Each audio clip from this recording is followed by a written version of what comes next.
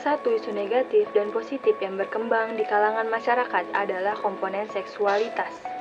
Seksualitas merupakan salah satu unsur penting dalam pertumbuhan dan perkembangan manusia.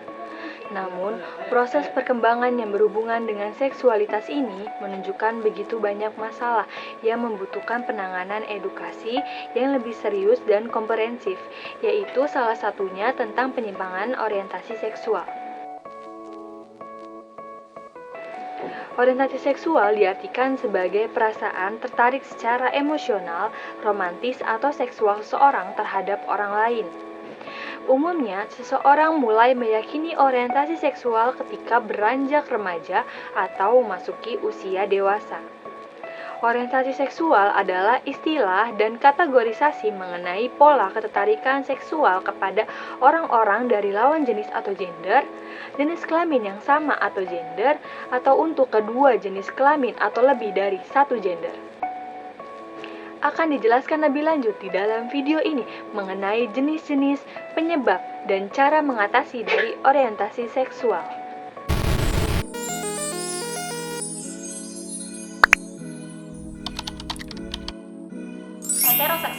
Heteroseksual ini merupakan jenis orientasi yang membuat seseorang tertarik kepada lawan jenisnya. Contohnya, di mana seorang pria tertarik kepada seorang perempuan. Nah, jenis heteroseksual ini yang paling sering kita kenal dan dianggap sebagai orientasi seks pada mayoritas umumnya. Nah, yang kedua itu ada jenis homoseksual. Homoseksual ini merupakan orientasi individu yang memiliki ketertarikan fisik, emosional, seksual, dan romantisme terhadap individu yang memiliki gender yang sama. Contohnya, pria yang tertarik pada pria lain itu yang disebut dengan gay, wanita yang juga tertarik dengan wanita lain disebut dengan lesbian. Lalu yang ketiga ada biseksual. Biseksual ini merupakan ketertarikan seorang individu terhadap dua gender. Contohnya, seorang wanita yang memiliki ketertarikan terhadap lelaki, namun dia juga memiliki ketertarikan terhadap perempuan. Lalu yang keempat yaitu aseksual. Orang yang mengidentifikasi aseksual ini merupakan orang yang tidak memiliki ketertarikan seksual terhadap orang lain. Akan tetapi orang yang memiliki aseksual ini tetap memiliki rasa ketertarikan menjalin hubungan percintaan terhadap orang lain, namun dia tidak memiliki ketertarikan untuk melakukan hubungan seksual terhadap individu lain. Lalu yang kelima, aromantik. Aromantik ini merupakan individu yang tidak memiliki ketertarikan memiliki hubungan seksual dengan orang lain maupun memiliki hubungan percintaan dengan orang lain. Lalu yang keenam yaitu androseksual. Orientasi seksual ini memiliki ketertarikan terhadap pria atau seseorang yang maskulin. Sebagai contohnya, di mana seorang wanita heteroseksual dan pria homoseksual bisa merangkap sebagai androseksual karena memiliki ketertarikan terhadap pria. Lalu yang ketujuh itu ada gineseksual. Gineseksual ini merupakan keterbalikan dari orientasi androseksual. Gineseksual ini memiliki ketertarikan terhadap wanita atau seseorang yang feminim. Lalu yang kedelapan itu ada orientasi demisexual. Individu yang memiliki orientasi demisexual ini hanya bisa tertarik terhadap seksual apabila seseorang itu sudah merasa dekat secara emosional terhadap lawan jenisnya. Panseksual. Panseksual ini disebut juga dengan omniseksual. Individu panseksual ini tertarik terhadap semua jenis kelamin atau seks maupun gender. Lalu yang ke-10 itu ada queer, di mana individu queer ini tidak merasa cocok dirinya dilabeli dengan jenis-jenis orientasi sebelumnya.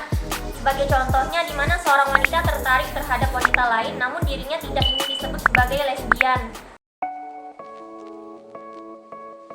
Penyebab kelainan seksual hingga saat ini belum diketahui secara pasti penyebabnya apa. Namun, ada beberapa kondisi yang sering diduga sebagai pemicu seseorang memiliki kelainan ini.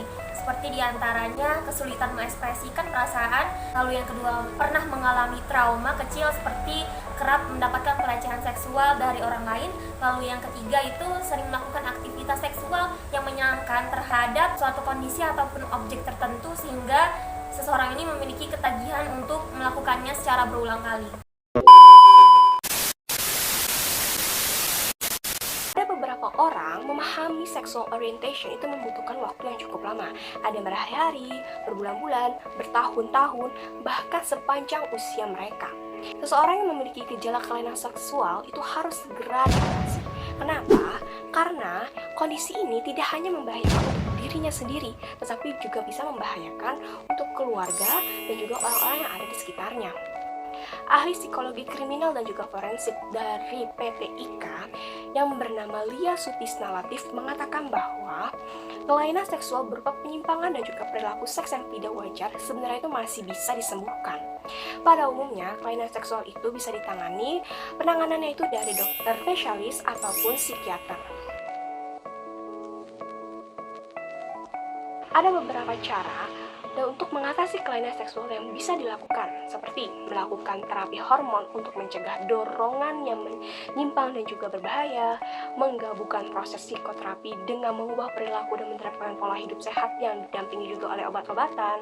Lalu yang ketiga itu bisa melakukan konseling secara rutin kepada psikiater, dan yang keempat itu bisa menghindari segala sesuatu atau segala kegiatan yang dapat meningkatkan resiko terjadinya kelainan seksual.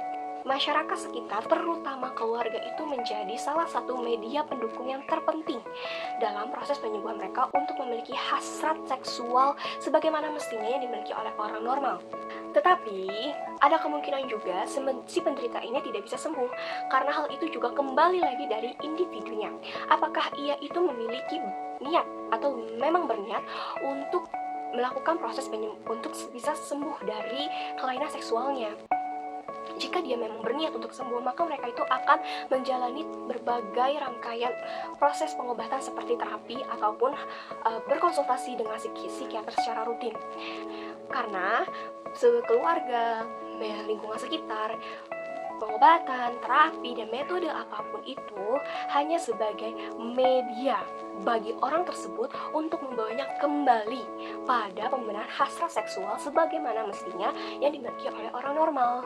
Oleh sebab itu, sebagai usaha pencegahan dari terjadinya kelainan seksual, maka kita tuh harus kembali ke ajaran agama. Dengan ketaatan, mendekatkan diri kepada Tuhan Yang Maha Esa, maka diharapkan kehidupan kita itu akan menjadi lebih baik dan bermakna sehingga dapat membantu tumbuh dan kembang kita menjadi seseorang atau pribadi yang memiliki kepribadian yang baik, kepribadian yang sehat, serta tentunya adalah membantu mempunyai sexual orientation yang lebih positif.